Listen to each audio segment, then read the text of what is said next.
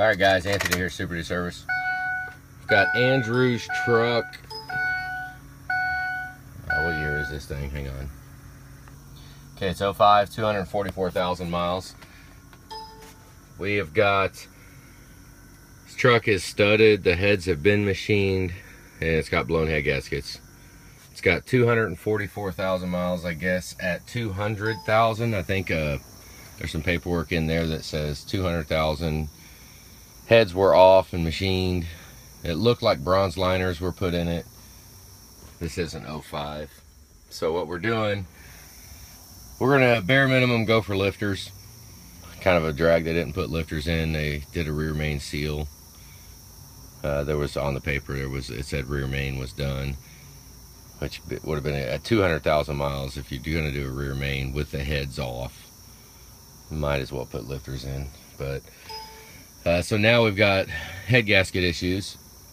The freaking drag, so hopefully I have to check these heads and make sure, see how much is cut off, and might have to who knows, I might have to raise the stem height a little bit to allow for it. Who knows? We'll look at the heads. We'll address that later. But we are gonna do a cold start here right now. Just check injectors, check everything before we go tearing it all the way down. So hang on, let me get some stuff set up and pull some codes. Looks like it got a fairly new turbo. It does have red coolant in it, so that's good. Just gonna look around. Got a coolant filter on it. Dual alternator set up. Another concern that was stated on the paper was the IPR delete. That, so everybody knows, I have never turned a wrench on this truck. And his concern is that oh yeah, there's coolant all over down there. You guys see it? Coolant. See the red right there? The IPR delete is leaking. You know, everybody was banging on me because of my freaking deletes were leaking. Well, I've been putting them on for a long damn time. I've been putting them on for years, used to, until I started getting a whole bunch of leakers like this. It has to leak pretty bad for it to hit all the way to the ground.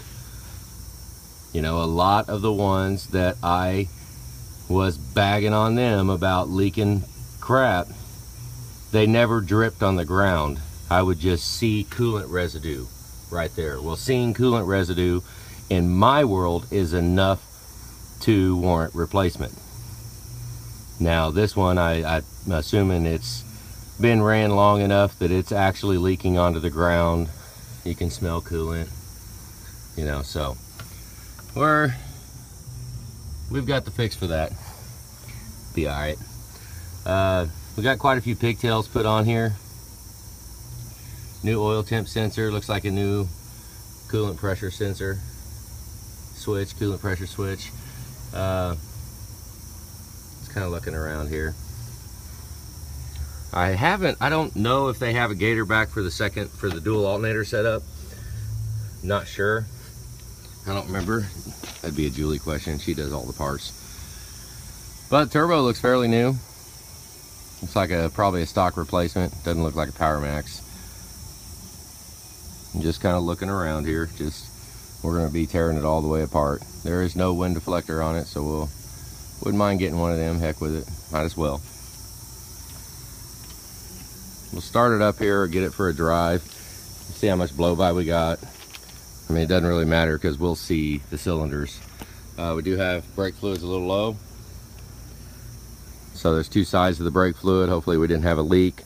If we do not have a leak, then when the brake fluid level actually drops, that means the calipers are pressed out to allow for worn brake pads. So very well might need some brakes sometime. But we flush it all out. When we take the cab off, we get rid of all the brake fluid, at least from here to the ABS block. And then if we have to, we will continue on and bleed it from the ABS block to the wheels.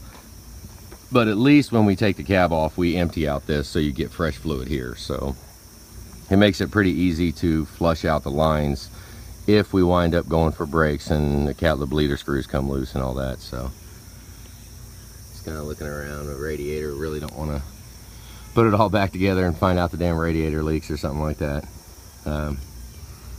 Looks like aftermarket coolant white pipe.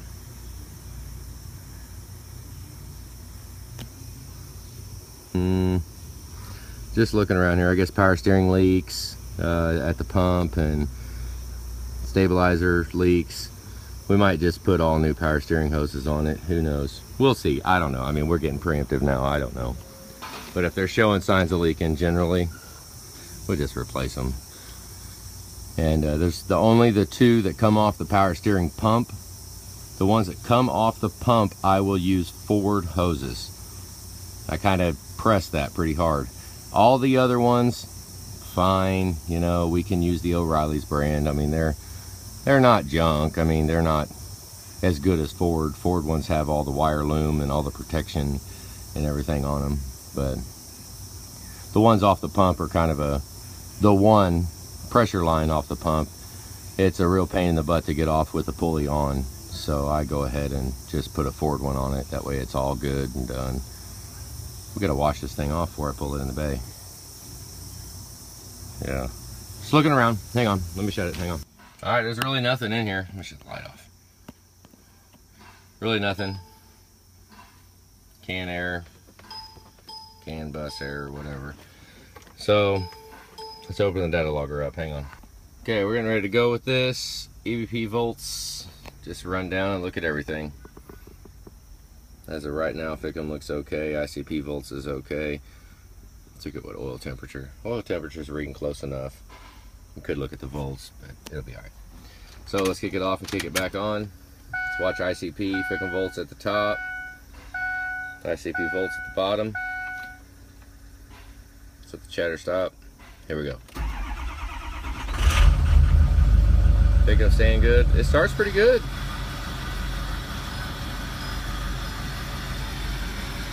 Here we go.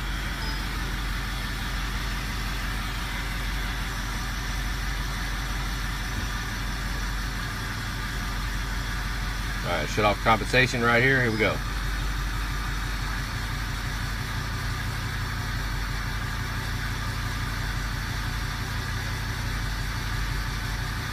I don't know. Y'all seeing 7 and 3 right there?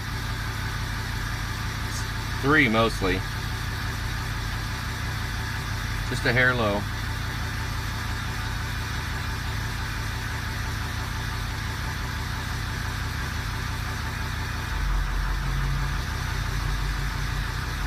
Three is still dropping.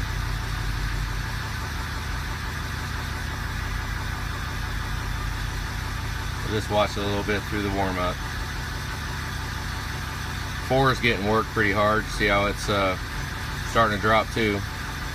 Just a little. I mean, yeah, you can't really feel that, but you can see it right there. 3 and 4. 7 was a little shaky at the beginning, but I mean, we're going to have all these injectors out anyway, so I mean, we can ride with them, leave them alone. Look, it just cleared up. I'll shut this off, let it sit for a minute.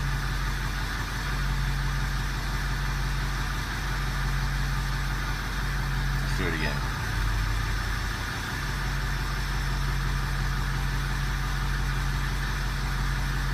Seven and 3 look a little low, 4 looks a little high.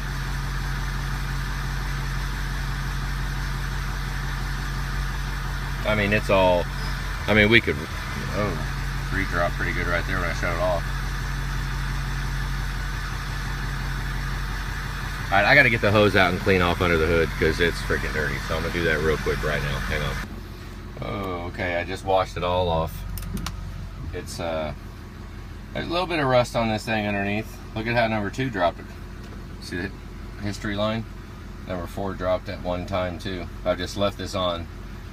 But, oh well, let's go for a drive. Alright, really not much to see. A lot of this has already been updated, so, I mean, boost feels good. I mean, we're at 26, 27 pounds of boost. Driveline feels, I mean, honestly, it rides good. I'm doing 75 right now, and it's pretty nice, pretty smooth. we'll go ahead and check the oil cooler. We'll probably reuse it, just re-ring it. We'll go ahead and just fresh water, throw hot water through it, but we'll see. I'm going for the heat up drive right now. We're getting it warm, so hang on. Okay, there's the, oh, hang on. There's the history line on a pretty hard acceleration. I don't know, you can really go by that, because once you get the RPMs up, it becomes kind of unreliable. But 1, 3, and 6 are showing. C4 a little bit there too, but whatever. I don't know that it's enough to freak out on. I mean, right there I'm kind of in the pedal. Feels pretty, I mean, I felt a little bit of mist just a minute or two ago, but it went away real quick when I was calling for some throttle. But hang on. Okay, now we're going to see if the oil cooler cools off, because right now I'm at 14 degrees. Now I'm going to slow down and just see if, yeah, it dropped 2 degrees, so we're at 12 degrees, so it's cooling. Let's see how low it goes. Hang on. A good way to test this would be get the oil hot, and then once the oil drops even 1 degree, that's when you know you're heat saturated. That's when you know that the oil cooler is cooling the oil. So let's see if it drops some more. Right now we're sitting at 12. I'm at basically, oh hey, I'm off the freaking road. I'm just wondering how well the flush was done. How well a coolant flush, or if they just put red in it, because this the numbers should be better than this. Hang on, I just had to speed up. I got big trucks all over the place, pissing people off, trying to stay slow. Hang on. Okay, it dropped back down. I'm driving slow, 1700 RPM, and it's at 12 degrees. So it just goes to it again that, I mean, it should be better than that. And this truck has had a coolant filter on it for the whole time since this oil cooler was put in. So 12 degrees with a coolant filter, no trailer, 1700 RPM. I mean, it's not bad, you know, it's 12 degrees, it's not bad, but my personal truck runs about 6 degrees at a time like right now. If I'm just putting down the road, I mean, I'm just waiting. I'm waiting for it to drop, waiting for the oil temperature to drop, and it's not dropping.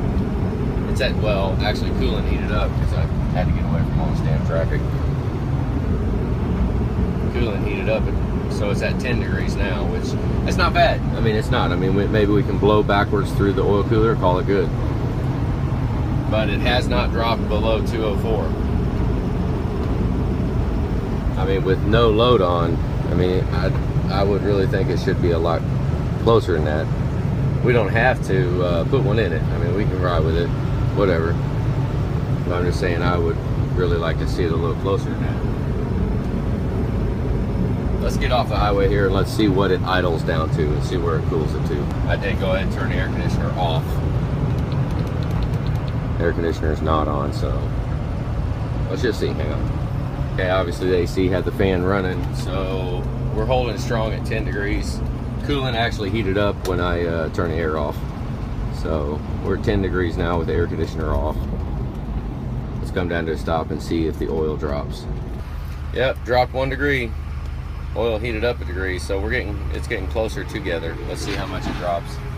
I mean, that's not bad, that's good. I mean, we can ride with that. I mean, you know, it's not like it's bad. I mean, but I would like it to be closer than that. You know, there goes Russ, we built that engine. See, he's working it every day. All right, hang on. Okay, so it's really not coming off. I've been sitting here for a minute. Oil's still sitting at 203, so it's not closing the gap at all. You know, generally when we sit and we let it idle, oil should drop back down and get real close to coolant, and it's just kind of sitting there. Let's see. I mean, I got about a mile drive to the shop. We'll take it easy and put on back there. All right, so we came here and stopped. We're at 7 degrees, so it cooled off. You know, I don't want to bag on that too much, but I just wanted to look at it because we will have the oil cooler in our hands. There's absolutely no labor to swap it out. You just buy the part. Because I'm going to take it apart. I want to clean the cover, clean the housing, clean it all out, put new seals on it. I mean, I'm not going to be one of them that just leaves the oil cooler in just because, no. It's like 80 bucks for the seal kit, 60, 70 bucks, something, I don't know. But I'm not going to leave it on there because we want it to be nice and neat and tidy and put new seals and everything on it. But it is holding pretty strong at 199, which, let's look outside, hang on. We're in some,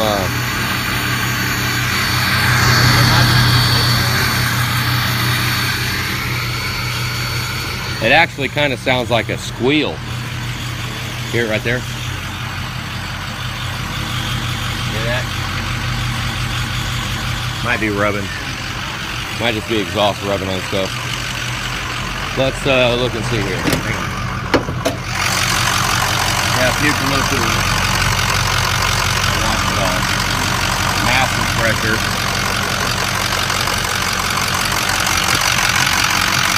Engine's all the way hot. That's the best sign. I mean, you want to check for blow by while the engine's hot, guys.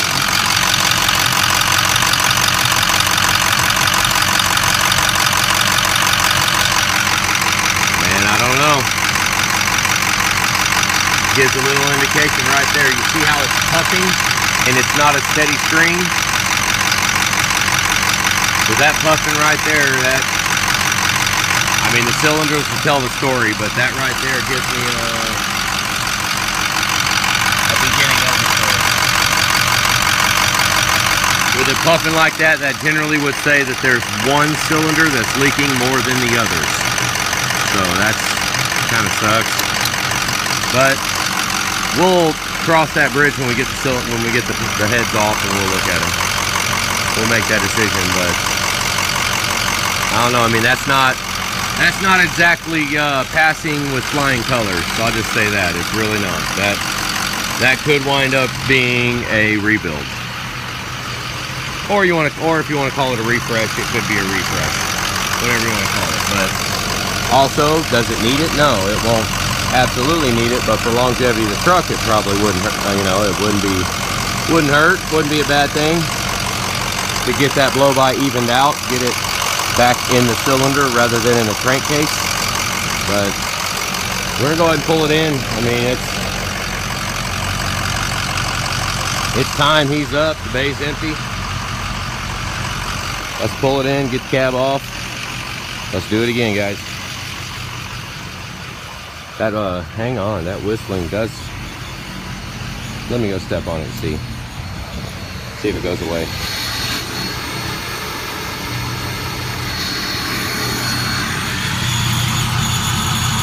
You guys hear that? Yep. Okay, no big deal. When you step on it, it goes away. So it's a rattle, it's aftermarket exhaust, it's a vibration, it's just aftermarket freaking exhaust. Nothing ever fits. I've got a whole bunch of water dripping, but I think I washed it, so the insulation on the fender well can cause that. So it is a good looking truck. It's a nice truck. So let's pull it in and do it. All right, guys, that's it. Have a good day.